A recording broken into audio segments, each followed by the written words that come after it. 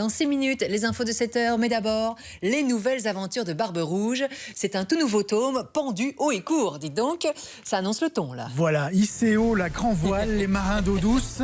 On part à l'aventure. Donc, si vous aimez le capitaine Jack Sparrow, si vous aimez les histoires de pirates, c'est clairement une BD qui va vous plaire, hein, parce que d'ailleurs, elle commence un peu comme un épisode de Pirates des Caraïbes, puisque dès les premières pages, le pirate Barbe Rouge, il se retrouve sur le point de se faire pendre haut et court sur la place publique. Je pense que c'est un peu le même début que un des films où Johnny Depp se retrouve aussi. C'est le premier, je pense. Voilà, ouais, tout à fait, tout à fait. On est dans cet univers-là. Des histoires de pirates en BD, il y en a beaucoup, non? Alors les histoires de pirates, vous savez, c'est un peu comme le western, c'est un peu comme la science-fiction, c'est un genre très codifié et les auteurs de BD, ils raffolent de ça depuis très longtemps. Il suffit de penser à des séries comme Isaac le pirate, hein, s'il y a une série à lire sur les pirates en bande dessinée, c'est celle-là, c'est vraiment indispensable. Des séries comme Famille Pirate, Les Campbell, il y a eu aussi une nouvelle série qui s'appelle Raven. Oui. Donc il y a plein de séries sur les pirates en bande dessinée. Il y a eu des livres d'ailleurs, Raven, il me semble. Il y a peut-être des livres aussi. Une série télé, oui. Exactement.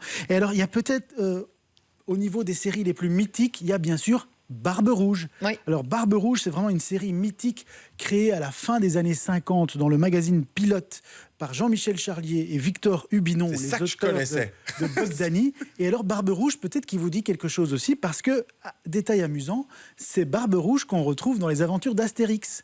Donc vous savez, le fameux pirate qu'Astérix et Obélix croisent tout le temps. Le malchanceux, son bateau coule tout le temps. C'est une parodie de Barbe Rouge.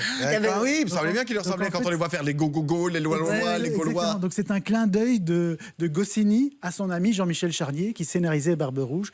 Donc c'est assez amusant. Et donc ici chez Dargaud, c'est le retour d'une série mythique. Voilà, ici c'est un nouveau Barbe Rouge. Donc Barbe Rouge est de retour pour de nouvelles aventures. Alors honnêtement, il n'est pas vraiment au mieux de sa forme parce que fini le temps où celui qu'on appelait le démon des Caraïbes faisait régner la terreur sur son vaisseau, le Faucon Noir.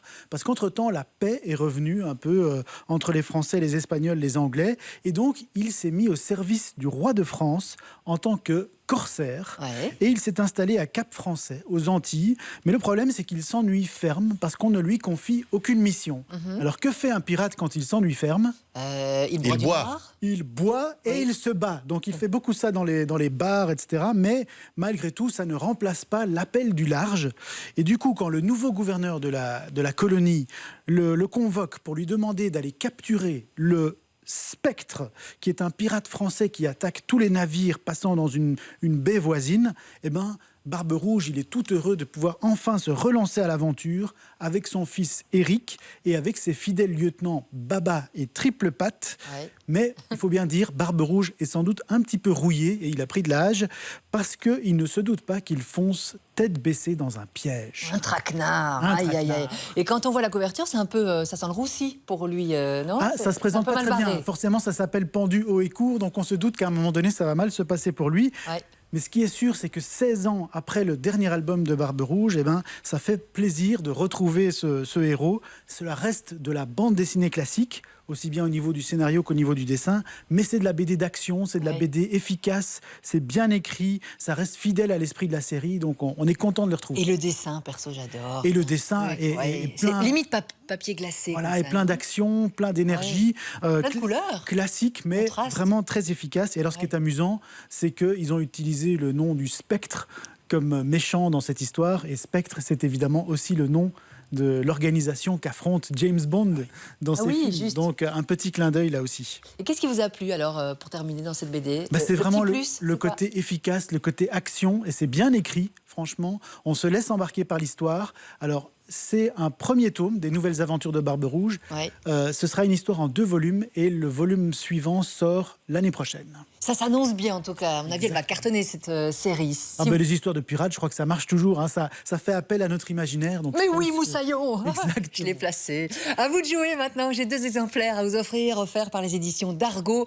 C'est le grand retour donc du démon des Caraïbes. On joue maintenant par SMS au 6003. Démarrez votre message par Barbe pour Barbe Rouge.